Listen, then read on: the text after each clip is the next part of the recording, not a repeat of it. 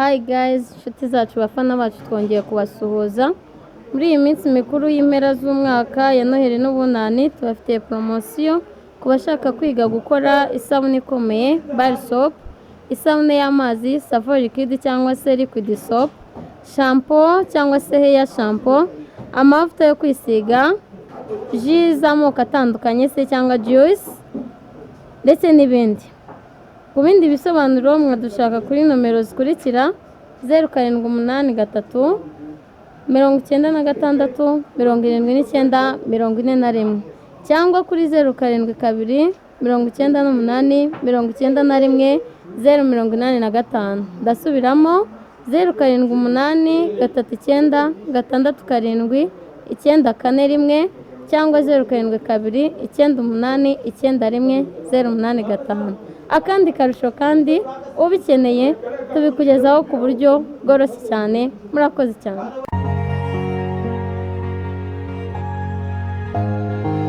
Nakubundi se yewe ibiro byawe rero turahageze umugabo wicaye. Nicara ha? Yicara. Nese mabuje isiyo yawe ra? Oya yicara nta kibazo. Yicara rero aho niho ku niyo yawe. Nese mabuje naha nicara. Naho ngo wicara. Ajya ari mu ntebe yawe. Oya. Hanyuma rero iyi mashini ni y'akazi. Ngira ngo uri kuyibona, imashini ni izajya ukoresha wakira abakugana. Yego. Hano hari na telefone rero. Iyi na telefone nayo ni y'akazi ariko wayikoresha n'ibyaho byose. Iyo ni iPhone 16. Password ni ese mabuje. Ndaza kuyikwereka mu kanya. Hanyuma ngiye kwicara kuri mashini. Yego.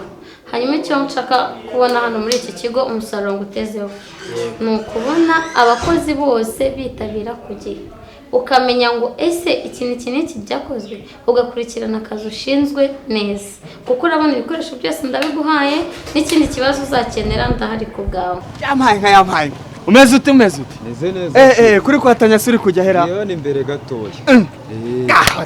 None se uri kwihuta nk'umuntu ufite inka ugiye gukura mu mwobo. Umva ngiye hano imbere gatoya ahubwo waba uri kuntinda. Ugiye gukora iki se? Buretse gato ugiye gukora iki? Nawe nta kintu ntabyo wamenye. Hano ruguru hari ikigo gifasha urubyiruko kubona akazi. Reka ako kazi washobora nakahe katari kakane naguhaye? Nakahe ntashobora. Akawe nakunda kazirikana ariko aya tubyumvikane. Uri kuntinda. Buretse gato ni wowe uri kwitinza. Ni gute nge naguhaye akazi ahubwo ugeze he ubikora? Iranasharije se. Ifite umwanya wo gushaginga, hajya flash, nzabikwereka niba utarabimenya uzageza umbaze nta kibazo. Hanyuma iyo telefone nayo uzashyiramo simukadi zawe igihe ngo ukenereye cyose ngiye nkubona, kandi nayo izajya igufasha mu gutanga iki raporo. Ndatekereza ko ukoresha email ubizi. Ndabizi ntabwo nabyibagiye. Ibyo ngibyo byo urabizi. Hanyuma n'ikindi kibazo uzagira ndahari kubwe kugira ngo ngire gute ngufashe. Ugize ikibazo wambaza mu gihe nyiri hano.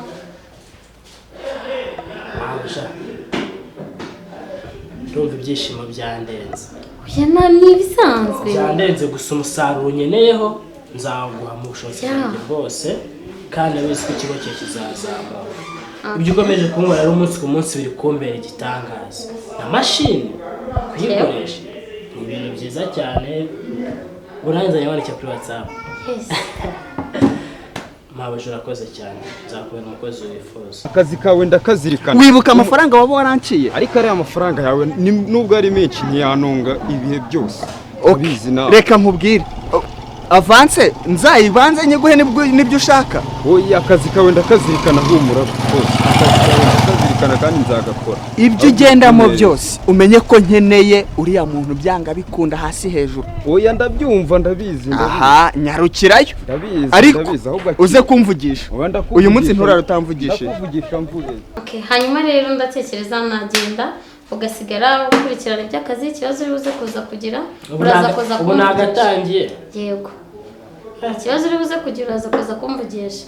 Gutangira akazi neza nyirizina mu munsi w'ejo. Ariko ba wicayemo feeling kwicara mu biro, feeling ukora ku mashini, ikibazo ugira uraza kumpamagara mbazi. Urakoze mabuje. Ndatekereza nta bindi. Sawa rero ugira umunsi. Sawa. Ariko mana yanjye we Nevode nicaye mu biro. Ariko ubwenge noneho buragwira.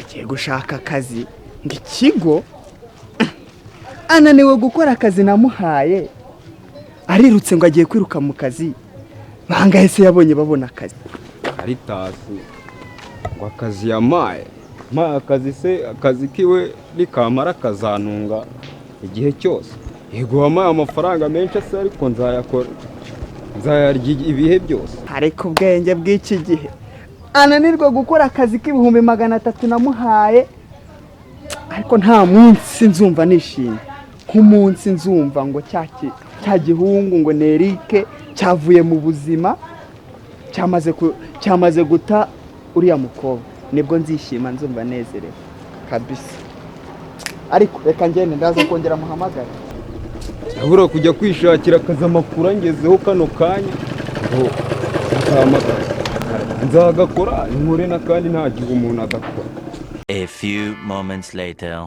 Ni kare hano muri Isanga mu kigo cyacu.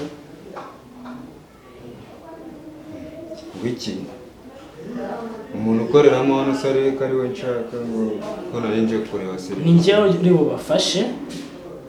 Iki kigo cyacu ta serivisi zinyuranye dushakira urubyiruko akazi n'ibindi byinshi bitandukanye. Mwatubwira rero tukabafasha ikitumye mutugana.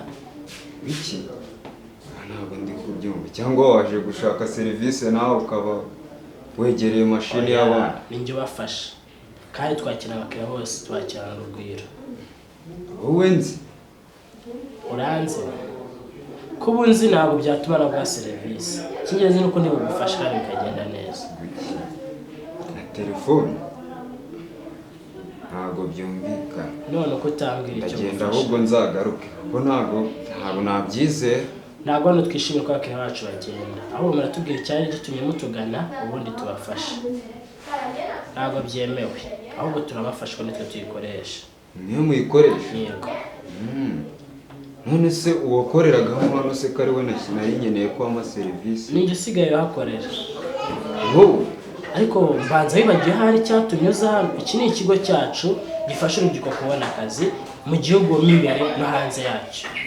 Niyo serivisi dutanga rero watubwira tukagufasha. Ajya wayobye ikigo cyari indi serivisi washakaga. Urumva wagiye mu bintu byinshi kandi si byiza.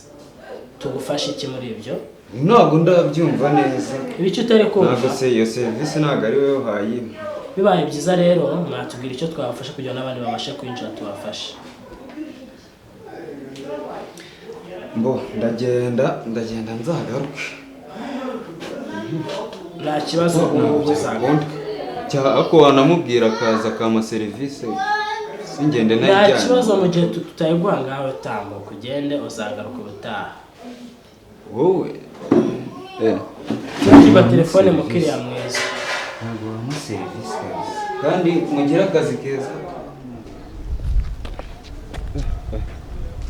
Ibintu se mbonye cyangwa se narindi maso nze nange ka report hano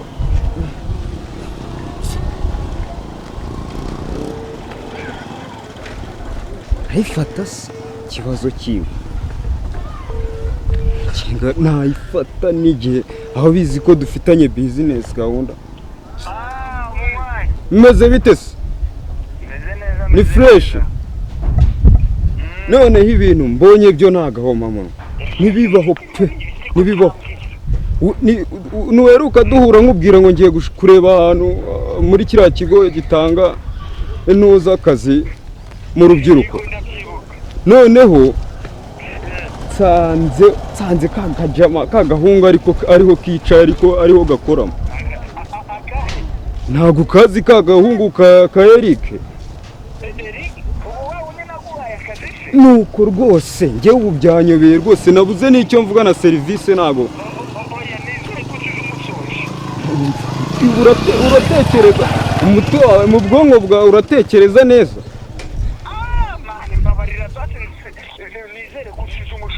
Ubu se urumva kuko wakorera ibintu nka biriya ahantu hari nuza hari abasekirite koko.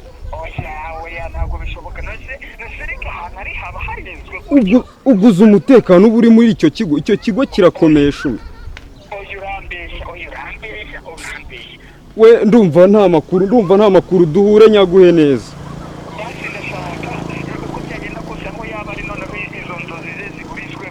uretse gato uretse ngewe ubu byandenze rwose. Umva ibyo bintu rwose unansabye kubikoreramo hariya ahubwo keretse wenda tumuteze atashye.